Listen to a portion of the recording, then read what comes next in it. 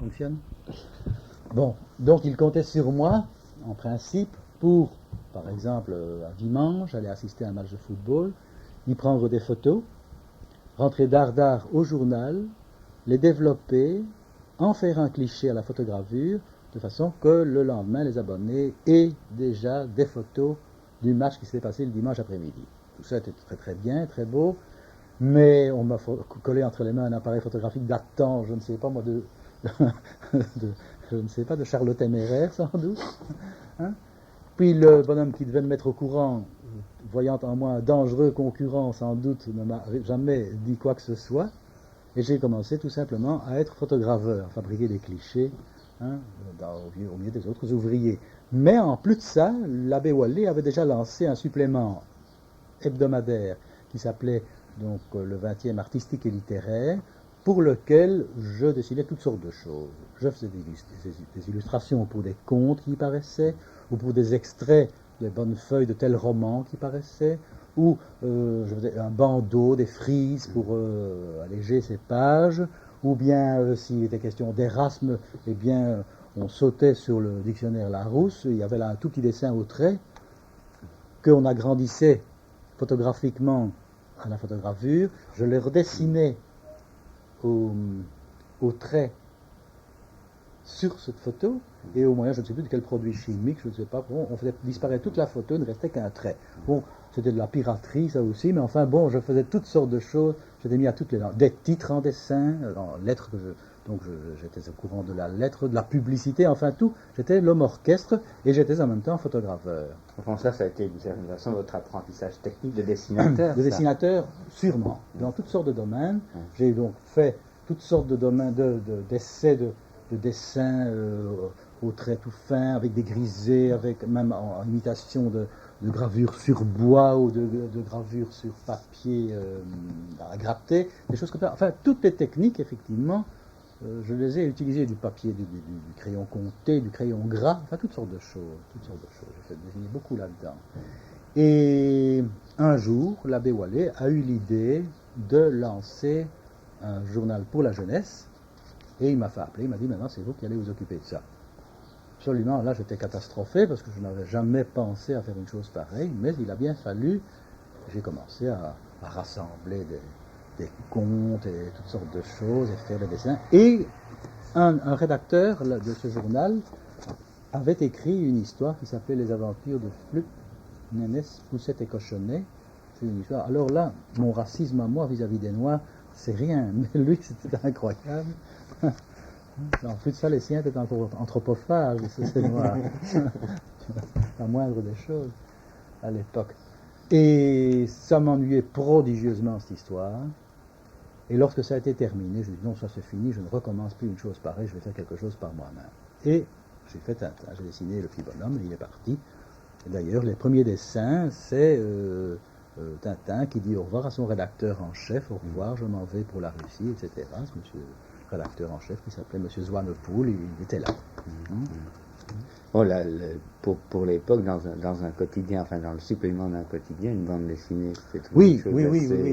Et alors surtout une bande dessinée de ce genre-là, car j'avais heureusement, je savais que ça existait, les bandes dessinées américaines, avec ballon, avec phylactère, parce que j'avais vu là des journaux américains, des journaux mexicains plus exactement, dans lesquels passaient des bandes américaines, tout ça était traduit. Je crois que ça nous était envoyé par De Grelle à l'époque. De Grelle qui a fait un grand voyage à l'époque du président Calles. Je crois que c'était, je crois. Il y avait une persécution religieuse au Mexique vers cette époque, vers les années 30, je crois 27, 28. Et il est parti là-bas et je crois que c'est lui qui nous faisait envoyer ces journaux, dans lesquels j'ai vu ce que c'était qu'une bande dessinée vraiment, et j'ai appliqué ce système au journal du XXe siècle, au petit XXe, parce qu'avant ça, Totor, c'était comme la famille Fenouillard, enfin c'était du texte illustré. Bien. Oui, je vais revenir un petit peu en arrière. Vous me parliez de l'action catholique de la jeunesse belge. Au fond, pour vous, c'était comme ça une sorte de suite logique. Vous aviez été chez les Boy Scouts catholiques, vous étiez entré là, ou idéologiquement ça voulait dire quelque chose. Non, mais tout ça, c'était une véritable filière. L'un était la conséquence de l'autre. Saint Boniface, 20e siècle. Le 20e siècle, Action catholique, ça allait de soi. De Grelle d'ailleurs, Action 1, la CJB et les éditions Rex qui sont venues après, qui ont donné naissance à Rex, autrement dit, politique à ce moment-là. Non, c'était pas du tout idéologique, vraiment. Non, j'étais comme ça, oui, j'étais là-dedans, quoi, surtout. J'étais anti-soviétique parce que tout le monde l'était, en principe d'ailleurs à l'époque. Beaucoup de gens l'étaient, même pas catholiques, mais particulièrement les catholiques. C'était certain, ils avaient massacré le tsar et toute sa famille. C'était encore tout proche malgré tout. C'était même en 27, 17, 10 ans, c'est peu de choses. Oui, on parle encore de la guerre maintenant en 45, on est en 74. Il s'est passé 30 ans tout de même depuis maintenant. Là, c'était 10 ans. Et on voyait seulement venir sortir les bouquins sur le tsar. On avait des éclaircissements sur la façon dont il avait été massacré avec toute sa famille donc, dans une cave. On voyait des films là-dessus sur Raspoutine et des choses pareilles. Donc moi j'étais très fort touché et traumatisé par ce massacre. J'ai eu vraiment une horreur de ce massacre dès que j'ai appris ça. Je pensais d'ailleurs à l'instant où vous en parliez, j'y avais déjà pensé vaguement sur la possibilité des inserts, un peu des... Oui, bien sûr, de l'époque, c'est cela, pour un peu replacer l'album dans le film de l'époque pour éclairer ça. Et ça, je dois dire que c'était pour moi terrible. C'est un véritable choc psychologique, ce massacre. Non pas parce que c'était le tsar, mais toute une famille, des enfants et tout, et le petit tsarevitch qui était hémophile, n'est-ce pas? Ça m'a fait vraiment... Donc, de là, Tintin au pays des soviets, tout ça, j'étais dans un milieu tout à fait anti-soviétique pour toutes sortes de raisons. J'avais lu un bouquin qui s'appelait Moscou sans voile, où on dénonçait là-dedans la façon dont la Russie se débattait, les difficultés dans lesquelles la Russie se débattait à l'époque, et réel d'ailleurs, c'était pas un bouquin seulement de propagande, c'était réellement un bouquin d'un type qui avait vécu là-bas, parce que c'était comme ça à l'époque, sûrement. Et puis alors, il y avait au XXe siècle le côté alors journal de combat, et je me souviens de l'incendie, du naufrage du fameux bateau, le Georges Philippard, à bord duquel, ça a dû se passer dans les années 30 aussi, à bord duquel se trouvait un grand journaliste célèbre qui était Albert Londres, et qui était très corpulent d'ailleurs. Et c'est sa corpulence qui l'a fait mourir à bord de ce bateau, car il n'a pas pu passer à travers le hublot pour se sauver. Et donc ce bateau a été incendié. Il a fait naufrage dans la mer Rouge. Je me souviens d'un titre dans le XXe siècle disant « À proximité du Georges Philippard, un des premiers bateaux qui est arrivé sur les lieux, c'est un bateau soviétique. » Que faisait ce pétrolier soviétique dans la mer Rouge? C'était tout un programme. Un incendie, le Georges Philippard, pétrolier soviétique, mer Rouge, je vous demande un peu. Quel droit avait-il de se trouver là, ce bateau? Vous voyez le genre comme c'est.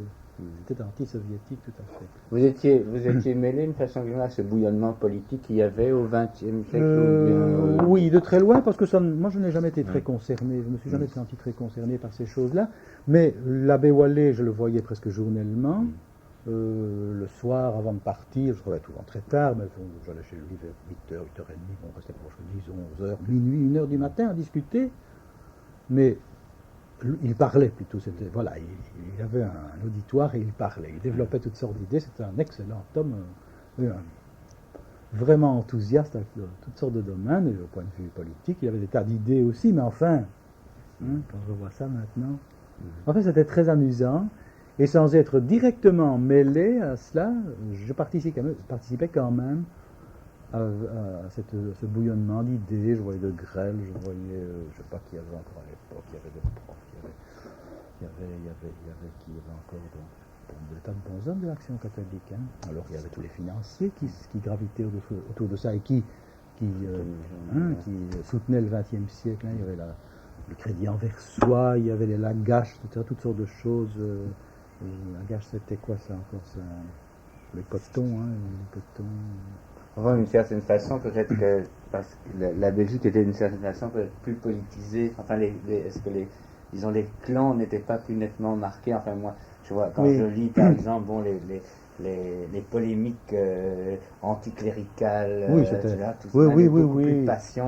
Maintenant, on a dépassé ce stade-là, c'est certainement. C'était encore assez fort comme ça. Et l'abbé se faisait d'ailleurs régulièrement traîner dans la boue par le pourquoi pas de l'époque. Ils étaient 3 mousquetaires, Garnier, Souguenet et encore quelqu'un d'autre. Du Mont Wilden, oui. Mont Wilden, c'est ça. Je souffrais pour lui de le voir traîner dans la boue, on l'attaquait vivement. Lui aussi attaquait, il se faisait chaque fois ramasser d'ailleurs, il avait toujours le dernier mot, c'était très bien. Il était vulnérable étant prêtre, c'était beaucoup plus vulnérable. Et puis il était très, très imprudent aussi, très, très. C'est un homme qui a eu une grande influence sur moi, parce qu'il m'a fait entrevoir une vie différente, une vie intellectuelle. C'est le premier qui a mis l'accent là-dessus, qui a attiré mon attention là-dessus. Et ça, c'était très important pour moi. Très important. Très important. Sûrement. Et puis il avait, et on s'en moquait, beaucoup de gens s'en moquaient, mais il avait vraiment un sens.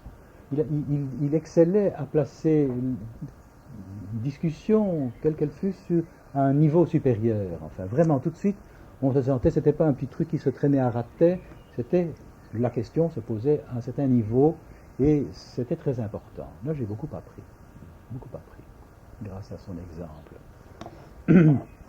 Donc au fond, il y a eu ça quand même, une sorte de formation générale et de formation technique. Oui, comme vous c'est disiez cela. tout à l'heure. C'est très important pour ce séminaire-là. Donc, Belgique de l'époque, c'est un peu ça, donc, c'est un peu ça. C'est la naissance d'ailleurs d'un parti politique, c'est la naissance de la CJB et de Rex qui va bientôt sortir. C'est les scandales après, c'est les ballets, c'est Rex qui naît. Bien. La Belgique de l'époque, rencontres personnelles importantes. Donc cette première rencontre importante, c'est donc cet abbé Wallet, qui était vraiment pour moi, qui m'a marqué vraiment. Il y a eu évidemment après ça Saint-Augan sur le plan technique, il vient de mourir, vous avez vu? Oui. Il est mort il y a 3-4 jours. Mais Saint-Augan, je ne le connaissais pas personnellement, je le connaissais par ses dessins, donc par Zygépus, que j'admirais beaucoup pour son sens de la simplicité et de la narration, qui était très claire. C'était deux choses très importantes pour moi. Et j'ai été le trouver en 1900. Voilà, j'ai un dessin. 1931 31. Voilà. J'ai été le trouver, je lui ai montré mes dessins qui paraissaient depuis à peu près 1 an et demi, 2 ans, sans doute. Juin 31. Donc, janvier 29, depuis 2 ans. Les dessins, depuis 2 ans et demi à peu près, les dessins apparaissaient, il m'a encouragé, il était très gentil, voilà. Et j'ai eu toujours de l'admiration pour lui, sans le voir. Je ne l'ai vu qu'une fois à l'époque, et alors je l'ai revu vers les années 60, et je l'avais perdu de vue entièrement depuis lors. À l'époque où Greg a repris son Zygépus pour Tintin. C'est à ce moment-là que je l'ai revu, que je l'ai re-rencontré. Lui ne s'en souvenait plus. Moi, je m'en souvenais très bien. C'était beaucoup plus important pour moi d'aller voir un grand dessinateur que lui me voir en débutant. C'est fait normal d'ailleurs. Donc, j'ai eu beaucoup d'admiration pour lui et c'est sa narration qui me paraissait extrêmement simple. Ça, je l'admirais profondément. Et puis sa simplicité de dessin, sa simplicité des choses toutes simples, pas de complications, on lit, surtout que c'était en noir et rouge, c'était en 2 couleurs ces machins-ci. Donc c'était immédiatement lisible. J'ai toujours aimé beaucoup ce qui était bien lisible, qu'on peut lire, je parle des dessins maintenant, mais lire immédiatement, déchiffrer tout de suite. Plus tard, c'est seulement plus tard, peut-être en découvrirai-je d'autres, mais vous avez vous-même marqué Chang. Oui, marqué que oui. sans doute c'est des gens. Oui, bien sûr. Chang, j'aurai des photos, je vous montrerai on pourra faire des inserts de Chang. Ça c'est bien. Et c'est à la suite, donc c'est à quelle époque ça vers les 34, je crois. Vers les 34. J'ai annoncé dans le petit 20e, où il y avait eu Tintin au Congo, il était soviet, Congo, c'était encore une fois, c'était la belle colonie de papa, n'est-ce pas? L'abbé Wallet, comment, Léopold II, l'œuvre coloniale de notre grand sœur, tout de suite, c'est notre Congo et c'est magnifique, il faut faire œuvre, Tintin au Congo. Ça m'embêtait prodigieusement parce que je n'avais pas préparé ça du tout. je me préparais d'ailleurs rien. Mais enfin, ça particulièrement, ça ne me tentait pas. J'aurais bien beaucoup mieux aimé immédiatement Tintin en Amérique et des Indiens, suite des scouts. C'était une mode, le peau-rougisme à un moment donné. Là, il y avait une espèce de mode comme ça. Et donc les Indiens, j'étais beaucoup plus axé, beaucoup plus attiré par les peaux rouges. Mais enfin, j'ai fait Tintin au Congo. Puis alors, Amérique, les cigares du Pharaon. Et à la fin des cigares du Pharaon, j'ai annoncé que Tintin partait pour l'Extrême-Orient et donc en Chine. Et à ce moment-là, j'ai reçu une lettre d'un abbé Gosset, qui était l'aumônier des étudiants chinois à Louvain, toujours dans la file des catholiques, ça c'est certain, et me disant, attention, nous avons ici des étudiants chinois, vous allez commettre, si vous n'êtes pas prudent, vous allez commettre des erreurs, et vous allez vraiment les ulcérer, les blesser profondément, ainsi vous allez certainement dessiner des tresses. Évidemment, je pensais, les Chinois avaient des tresses pour moi. Or, ce que j'ignorais, c'était qu'il y avait eu la révolution, un petit temps, avec Sun Yat-sen, je dis bien, et qu'ils avaient aboli le port de la natte, qui était un signe de domination mandchoue. Ça, c'est un signe d'esclavage. C'est un signe d'esclavage. Donc, on avait coupé la natte, c'est fini. Je ne pourrais plus montrer des Chinois avec des nattes. Alors, et puis vous avez fait encore d'autres erreurs, sans doute. Soyez prudents si vous ne voulez pas faire du mal ici, et à la religion catholique, dont je suis le digne représentant, disait cet abbé Gosset. Et puis enfin, tout de même, sur le plan simplement humain, il vaut mieux éviter ça. Alors je lui ai dit, écoutez, mettez-moi en rapport avec un de vos étudiants, et il criera casse-cou au moment où il doit crier casse-cou, quoi. Et c'était Chang Chong-jen, ce jeune garçon, qui était en même temps peintre, sculpteur, dessinateur, poète. C'était un type remarquable, vraiment remarquable, qui alors m'a ouvert les yeux sur un monde tout à fait différent encore, ce qui était le monde de la Chine et de la civilisation chinoise. Il m'a beaucoup aidé sur le plan technique, en me donnant des conseils, en me disant voilà comment est une table chinoise, pourquoi on met cette table-là et des sièges ici, et voilà les tablettes des ancêtres sur lesquelles on met des bâtonnettes aussi, et voilà comment on écrit le chinois de cette façon-ci, voilà comment on tient le pinceau. Enfin, j'ai beaucoup appris.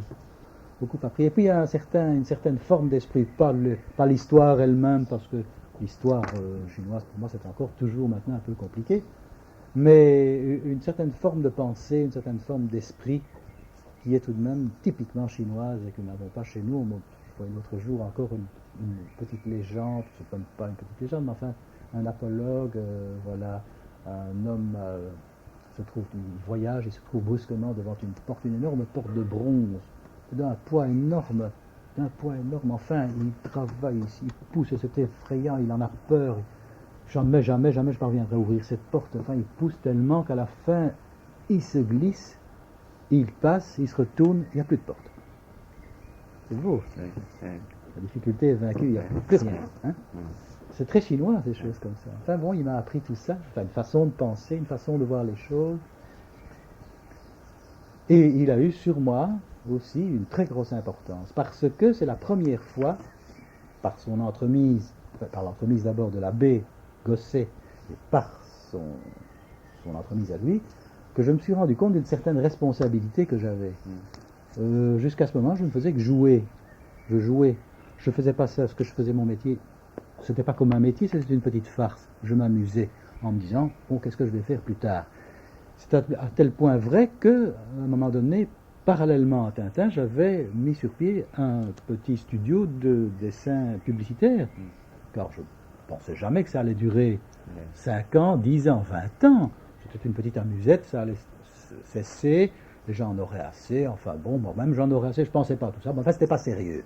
C'était pas sérieux, c'était pas un métier. Il fallait que je trouve un métier vraiment avec un pignon sur rue, n'est-ce pas? J'aurais pu dire, monsieur, je suis dessinateur publicitaire. Mais pas ça, je fais des petits bonshommes. Il n'y a pas tellement longtemps encore, une dame gentille, très aimable d'ailleurs, me demandait, me disait, bon, c'est très bien, est-ce que vous faites ça amusant? Vous savez, mon fils dit ça, c'est très bien. Mais quel est votre métier? Votre vrai métier? Ça c'était bien, hein? C'est tout récent. Alors je suppose a fortiori, à cette époque alors. Oui, bien entendu, oui, bien sûr. Donc même pas pour moi c'était un métier, vraiment pas pour moi. Mais à ce moment-là, le fait d'avoir eu l'attention attirée sur la nécessité d'être prudent pour ne pas blesser des gens, et aussi tout à coup la volonté de montrer une Chine plus vraie que celle que j'aurais représentée si je n'avais pas été aidé par ce Chang. C'est de là qu'est né mon goût. Tout d'un coup, c'était. Et j'avais vu un film qui s'appelait Au bout du monde, un film qui était de la UFA. C'était un film qui se passait en Chine, et il y avait Pierre Blanchard là-dedans d'ailleurs. Et il y a une atmosphère de vérité qui m'avait vraiment. J'y étais dans cette histoire, n'est-ce pas? Le cinéma, c'est ça, c'est le document, hein, qui a l'air toujours très vrai. Et c'est de là que date, c'est à ce moment-là qu'est né mon goût pour les choses plus précises. J'avais déjà montré telle ou telle voiture ou telle chose, mais c'était comme ça, au petit bonheur, la chance. Je n'avais pas une forte documentation, ça ne m'inquiétait pas beaucoup toujours. Ça n'a pas d'importance, ce métier, c'est bon, on verra bien. Mais à partir du Lotus Bleu, là, je crois qu'il y a un souci qui commence à se faire jour de dessiner les choses le plus vraiment possible, de façon la plus véridique possible, pour donner le plus de crédibilité possible à l'histoire. Au fond, pour que j'y croie moi-même, ça doit être comme ça. Il faut que ça ait l'air de se dérouler en Chine ou dans un autre pays. À vos propres yeux, comme ça devenait un métier. C'est ça. Pas encore, mais enfin, ça devenait un peu plus sérieux quand même. Et d'ailleurs, ça a duré jusque, je crois, 38 ou 39, et alors j'ai abandonné mon petite officine de publicité. Donc ça devenait alors un vrai métier. Donc ça restait toujours votre porte de sortie. C'est une porte de sortie, toujours on disait on verra bien, mais j'ai jamais cru vraiment que ça pouvait avoir un succès si long. Encore maintenant, ça m'épate. Bon. Vous passez directement à l'importance de la psychanalyse personnelle. Oui, pourquoi? Je n'ai pas fait vraiment. Non, je me suis. Comment est-ce né? Eh bien, c'est né grâce à Raymond de Becker, l'ex-directeur du Soir Relais, mais qui a été avant, qui avait écrit pas mal de choses, qui était à la CJB d'ailleurs aussi. Il était à la CJB, je crois, il avait écrit pas mal de choses. Mais oui, il était à la GEC, je crois, la Jeunesse Estudiantine Catholique. La GEC, je crois qu'il a été là. Il a pris une interview de moi à l'époque, c'est très très lointain déjà. Donc c'est lui qui, par je ne sais quelle, c'est de quelle influence, je crois qu'il était grand ami d'Abellio aussi notamment, mais il a été un ami personnel de Jung, Carl Gustav Jung. Et c'est lui qui m'a plusieurs fois parlé de psychanalyse, d'archétypes, un peu, tout ça un peu par-ci par-là, mais ça m'intéressait, et donc j'étais déjà plus ouvert à ce genre de choses. Donc, vous donner exactement la chronologie de ça, je ne le pourrais pas, il faudrait vraiment que j'y pense pendant très longtemps, à la recherche du temps perdu, du temps passé, il n'est pas perdu tout ça. Rien n'est perdu.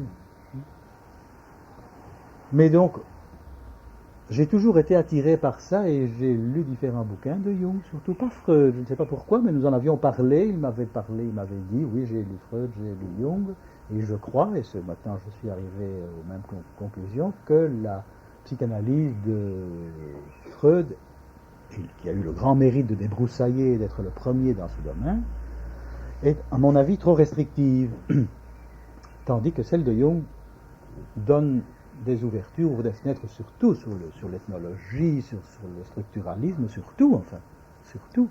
Hein. Donc voilà. Et lorsque il m'est arrivé de passer par une crise très difficile, je me suis souvenu que Raymond de Becker avait été trouvé, il avait été souvent en rapport avec Jung, et depuis la mort de celui-ci, avec son disciple qui était le docteur Ricklin, qui habitait Zurich.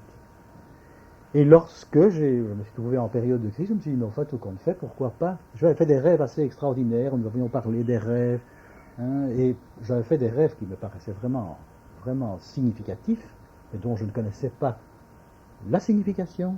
Et j'ai donc été trouver Ricklin qui m'a dit c'est pas la peine de faire une analyse personnelle, une psychanalyse, d'abord c'est pas possible, ça dure trop longtemps, il faut... Oui. Ah, Voilà, on va fermer la porte parce que je crains le courant d'air. On va avoir de l'orage. Il y a des plus fort. T'es levé. Oui, je vous entends. Merci beaucoup. Merci.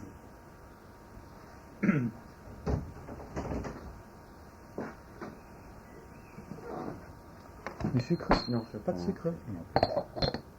Voilà, chez moi. Donc, lorsque j'étais en crise, j'ai donc été trouver le docteur Ricklin, à qui j'ai raconté mes rêves, qui les a interprétés d'une façon qui m'a fort surpris. Et j'ai dessiné à ce moment-là Tintin au Tibet. Et c'était vraiment très symbolique cette histoire, c'était incroyable parce que je ne savais pas. Or, Tintin au Tibet, c'est la neige, tout est blanc. N'est-ce pas? Et c'était vraiment significatif tout ça, très significatif. Et c'était une espèce de combat, de lutte terrible entre la vie personnelle, la vie et l'image de la pureté neige, pureté sommet, Himalaya, hein, les sommets, etc. C'était ça, c'était simplement. Et puis lors, chaque fois que j'en ai l'occasion, enfin, je lis encore par-ci par-là des choses là-dessus, je trouve ça prodigieux. Et je l'applique, enfin je le vois, on le voit autour de soi, c'est des choses qui se passent, c'est très important, je crois. Moi en tout cas. On continue ou bien? Oui, là, on peut s'arrêter une minute si vous voulez pour prendre un thé. C'est de toute façon tourné. Ah ben, vous le laissez tourner, très bien. Oui, au fond. Bon.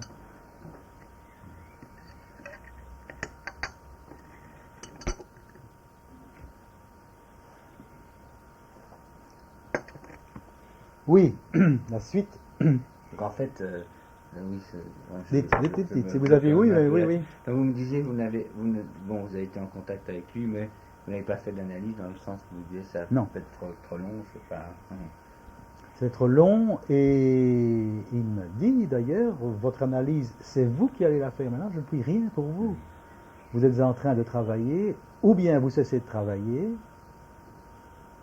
et vous allez résoudre votre problème, mais vous ne finirez pas les deux à la fois.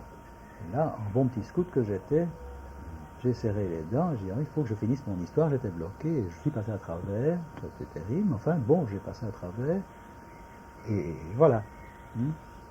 Sans vous demander des détails indiscrets, Oui. c'était une crise qui se situait à quel niveau Sentimental, bien entendu. Sentimental avec, donc j'étais marié, je suis un peu toujours d'ailleurs, et il s'est passé brusquement que cette vie dans le mariage ne correspondait plus à ma façon de vivre. C'est-à-dire, j'étais plus moi-même, c'était plus possible, j'étais plus moi-même. Donc il y a eu des conflits terribles, des conflits, et voilà, c'est simplement ça. Donc, mais pour moi qui avait encore toujours le respect de la parole donnée, le scout, hein, dit voilà, j'ai juré fidélité, j'ai juré affection, j'ai juré protection à quelqu'un. Pour moi, sentir que je n'étais plus capable ou plus désireux de le faire, c'était une véritable catastrophe. Et en même temps, un coup terrible porté à mon propre sens de l'honneur. C'était pas simplement, pour moi c'était très grave. Formé à l'idée que le mariage est indissoluble, religion, etc., tout ça aussi. Et pour moi c'était indissoluble, non pas seulement pour ça, mais parce que j'avais donné ma parole de scout, si vous voulez, entre parenthèses. Alors, Et le que simple fait de pouvoir la mettre mettre en cause, tout s'effondrait. Toute ma construction, enfin, tout ça s'effondrait. Il a fallu que je m'accepte avec ces défaillances-là. Et ce qui est très important, c'est de s'accepter soi-même tel qu'on est, et non pas comme on est dans Tintin au Tibet, au sommet. Dans la glace, dans la neige, ça ne va pas. Non. On est des êtres humains, on doit redescendre dans les vallées, où il y a parfois de la boue aussi. Hein? En tout cas, c'est pas de la neige toute blanche. Et tout ça, donc, il vous en a fait prendre conscience. Il m'en a fait prendre conscience en très peu de temps, mais donc j'étais, je suppose, déjà sur le chemin, enfin, je Je savais bien que les rêves que je faisais avaient un sens et il s'agissait de les débrouiller. Ça a été vite fini, une après-midi, et j'en suis parti effondré et à la fois guéri. Enfin, c'est beaucoup dire, mais enfin, j'étais effondré quand il m'a mis en face de moi-même. Ce n'est pas facile à s'accepter, n'est-ce pas? Je ne sais pas si... Moi, je suis en thérapie depuis 1 an et demi. Ça prend du temps. Oui. Beaucoup d'énergie. Beaucoup d'énergie. Et ça arrive à ça, donc, à s'accepter.